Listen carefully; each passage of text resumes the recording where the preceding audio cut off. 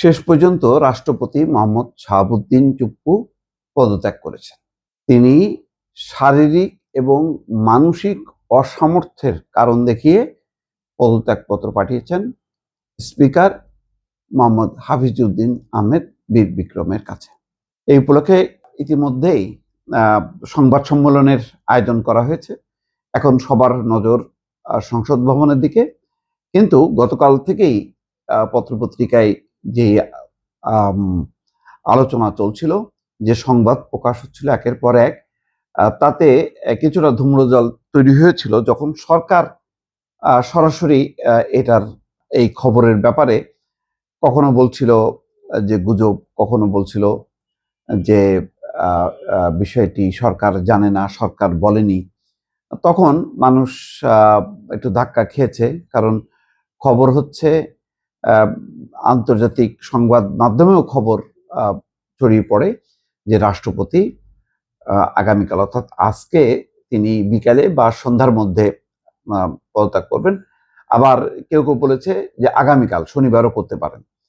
কিন্তু পদত্যাগের বিষয়টি মোটামুটি ভাবে সব গণমাধ্যম নিশ্চিত করলেও সরকারের কোনো অংশ থেকেই এর সত্যতা স্বীকার করা হয়নি বা বলা হয়নি। সম্ভবত সরকার একটু টেকনিক্যাল কারণে বিষয়টি এড়িয়েছে, যে যদি সরকার বলতো যে হ্যাঁ তিনি পদত্যাগ করছেন, তাহলে হয়তো ধারণা করা যেত সরকার হয়তো চাপের মুখে তিনি রাষ্ট্রপতি পদত্যাগ করছেন। এখন শেষ পর্যন্ত কেন কি কারণে পদত্যাগ করছেন সেটা পরিষ্কার না। তিনি শারীরিক এবং মানসিক অসামর্থ্যের কথা বলেছেন, কিন্তু যখন স্পিকার হাফিজউদ্দিন আহমেদ তিনি রবিবারের বদলে আজকে শুক্রবারই ফিরবেন, এরকম খবর যখন প্রকাশ হয়ে গেল, এবং যেহেতু স্পিকারের কাছে তিনি পদত্যাগপত্র পেশ করবেন সংবিধানের বিধান অনুযায়ী, তখন কিন্তু সবাই নিশ্চিত হয়ে গেল যে না, সত্যি সত্যি রাষ্ট্রপতি মোহাম্মদ শাহাবুদ্দিন পদত্যাগ করবেন। পদত্যাগের কারণ, রাজনৈতিক কারণটা কি সেটা এখনো পরিষ্কার না। সরকারের পক্ষ থেকে কোনো তরফ থেকেই বলা হয়নি। আর তার মেয়াদের তিনি প্রায় অর্ধেকের বেশি সময় পার করেছেন, হয়তো আর 2 বছর তার মেয়াদ ছিল, কিন্তু মেয়াদ শেষ হওয়ার আগেই কেন পদত্যাগ করলো, এটা একটা বড় প্রশ্ন। জামাত এবং এনসিপি এই রাজনৈতিক দল থেকে ক্রমাগতভাবে চাপ দেওয়া হচ্ছিল যে রাষ্ট্রপতি মোহাম্মদ শাহাবুদ্দিনকে পদত্যাগ করতে হবে, তিনি এই পদে থাকতে পারবেন না, তাকে গ্রেপ্তার করতে হবেন, এইরকম দাবি নিয়ে বেশ সেই নির্বাচনের আগে থেকেই, গত নির্বাচন আগে থেকে তারা সোচ্চার ছিল।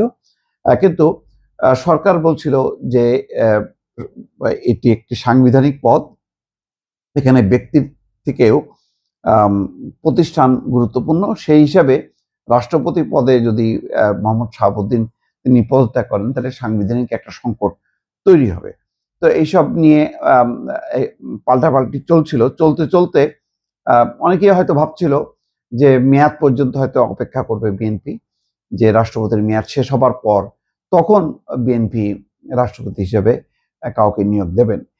কিন্তু গতকাল হঠাৎ করেই এই আলোচনাটা বেশ জোরালো যখন হয়, তখন বিকল্প কে হতে পারেন তাদের নামও কিন্তু আলোচনা এসছে, এবং সেখানে মির্জা ফখরুল ইসলাম আলমগীর, ডক্টর মঈন খান এবং ডক্টর খন্দকার মোশাররফ, এই কয়েকজনের নাম কিন্তু সামনে চলে এসছে। এখন দেখার বিষয় যে 90 দিন পর্যন্ত স্পিকার হাফিজউদ্দিন আহমেদ দায়িত্ব পালন করবেন। এই সময়ের মধ্যে নিশ্চয়ই এখন জোরালো হবে যে কে হচ্ছেন পরবর্তী রাষ্ট্রপতি।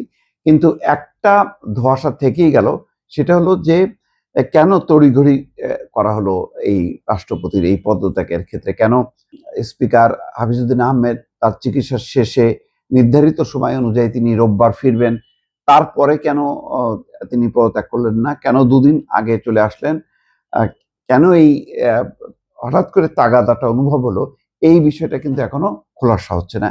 এইটা এখনো রহস্যের মধ্যে রয়ে গেল। কারণটা যে কেন তড়িঘড়ি করা হলো, এই বিষয়টা এখনো ফয়সালা হচ্ছে না দর্শক।